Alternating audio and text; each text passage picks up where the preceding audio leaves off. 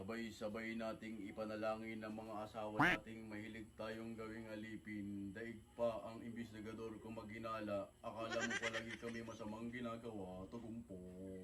Ang kapal ng inyong mukha, palagi na lang kayong tama. Pag sinuyo, may milk tea pang kasama, hindi na kayo naawa.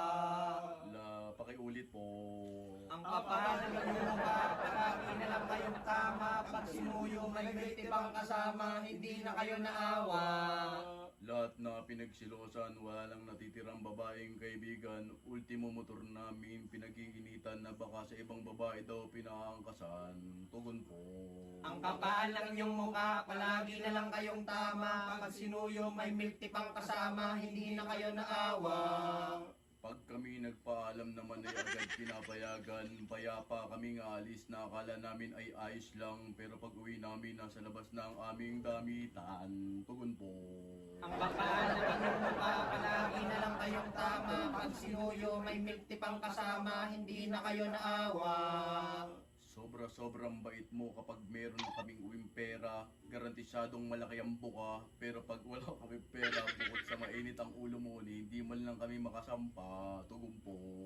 Ang kapal ng inyong mukha, palagi na lang kayong tama. Pag sinuyo, may milk tea pang kasama, hindi na kayo naawa.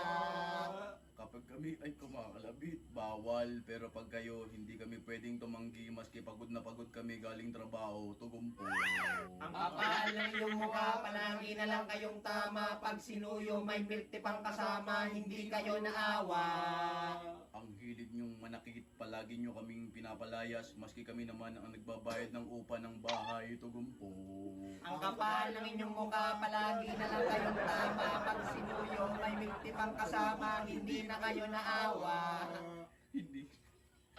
Hinihiling namin ang inyong pagbabago. Kami ay nagsusumamo.